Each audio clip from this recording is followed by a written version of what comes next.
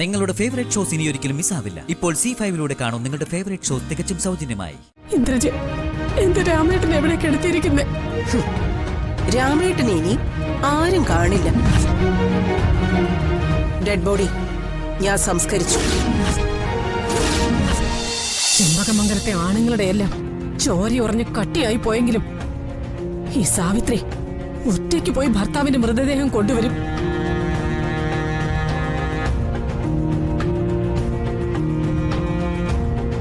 ആ മുഖത്ത് അവസാനമായിട്ടൊരു മുത്തം കൊടുത്ത് യാത്രയാക്കണം എനിക്ക്.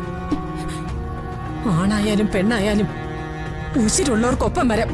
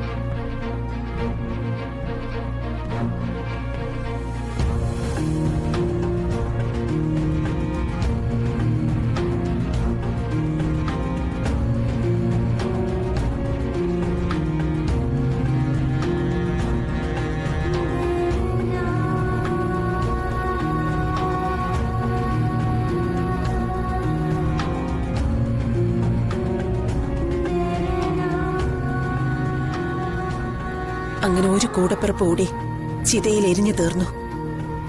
മറ്റൊരു ബലിയാട്.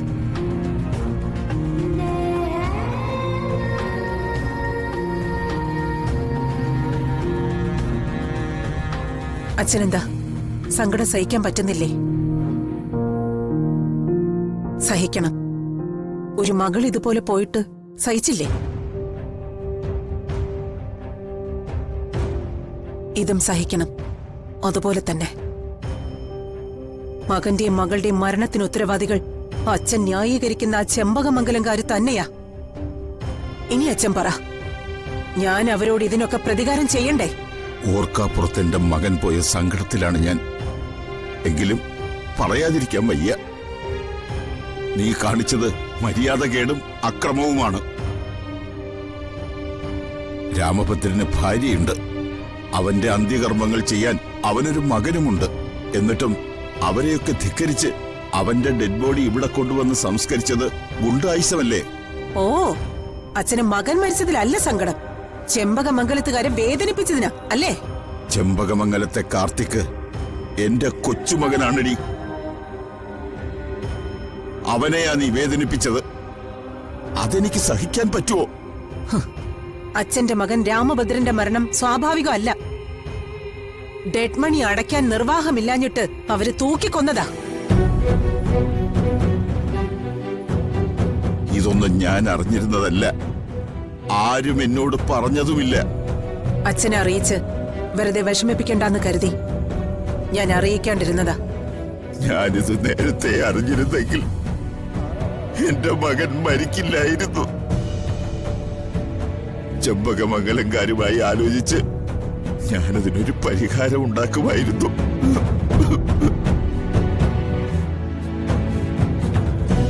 ഇത് നീയും നിന്റെ ഭർത്താവും കൂടി ആലോചിച്ച് നിങ്ങളുടെ അജണ്ട നടപ്പിലാക്കിയതാ.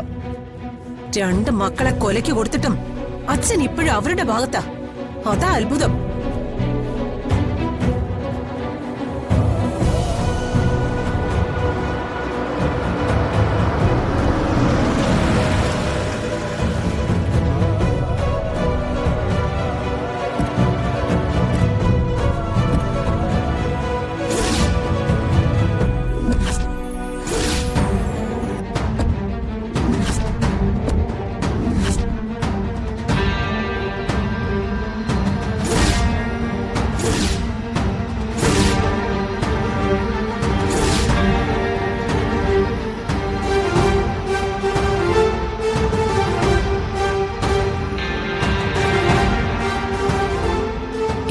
എത്തിച്ച എന്റെ ഭർത്താവിന്റെ ഡെഡ് ബോഡി നിങ്ങൾ ഇങ്ങോട്ട് കൊണ്ടുപോകുന്നെന്നറിഞ്ഞു.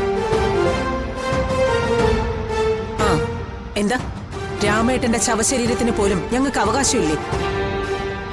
അച്ഛൻ ജീവിച്ചിരിക്കുമ്പോ അതിങ്ങോട്ട് കൊണ്ടുപോകുന്നതില് ഞങ്ങൾക്കെതിരൊന്നുമില്ല. പക്ഷേ അതെന്നോടൊന്ന് പറയായിരുന്നു. ആ വക മര്യാദയൊന്നും ഇന്ദ്രജിക്കില്ലെന്ന് സാവിത്രിക്ക് അറിഞ്ഞൂടെ? ഇപ്പോ ഒരു തർക്കത്തിലുള്ള സമയമൊന്നുമല്ല ഇന്ദ്രജെ. നമ്പ്യാരെ, നമ്മളെല്ലാവരും ഒരുപോലെ ദുഃഖത്തിലാ.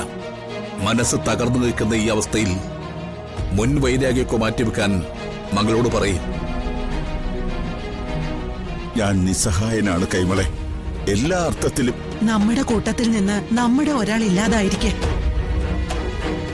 ഈ അവസരത്തിലെങ്കിലും എല്ലാവരും പരസ്പരം എല്ലാം മറക്കണം. ഇന്ദ്രജി, എന്റെ രാമേട്ടനെ എവിടെ കിടത്തിയിരിക്കുന്നത്?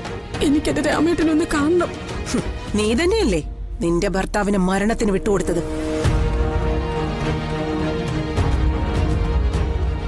ഓരോ നിമിഷവും മനസ്സുരുകി ഇരുന്നപ്പോഴും ഒടുവില് പോലീസ് കൊണ്ടുപോയപ്പോഴും നീ ഡെഡ് മണി കൊടുക്കുമെന്നും പറഞ്ഞ് എന്റെ ഏട്ടനെ വ്യാമോഹിപ്പിച്ചു. ഒടുവില് ചതിച്ചു. എന്റെ ഏട്ടനെ അവര് തൂക്കിലേറ്റി. രാമഭദ്രൻ ഇങ്ങനെ ഒരു അവസ്ഥയിലായിരുന്നുവെന്ന് സത്യത്തിൽ ഞങ്ങൾ അറിഞ്ഞിരുന്നില്ല നമ്പ്യാരേട്ടാ. ഇനിയിപ്പോ ആരെയും കുറ്റപ്പെടുത്തിയിട്ടൊന്നും കാര്യമില്ല. രാമേട്ടൻ നമ്മളെ വിട്ടുപോയി.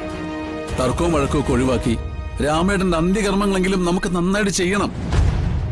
ആ ആത്മാവിനോടെങ്കിലും നീതി പാലിക്കണം. ഇന്ദ്രജി, എന്റെ രാമേട്ടനെ എവിടെ കിടത്തിയിരിക്കുന്നേ? രാമേട്ടനെ ഇനി ആരും കാണില്ല. ഡെഡ് ബോഡി ഞാൻ സംസ്കരിച്ചു.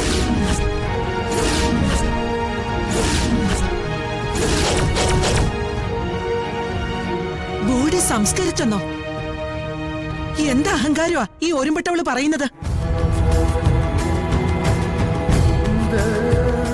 രാമഭദ്രന്റെ ഭാര്യയായ ഞാനും ഞങ്ങളുടെ മകനും ജീവിച്ചിരിക്കുമ്പോ ബോഡി നീ സംസ്കരിച്ചെന്നോ?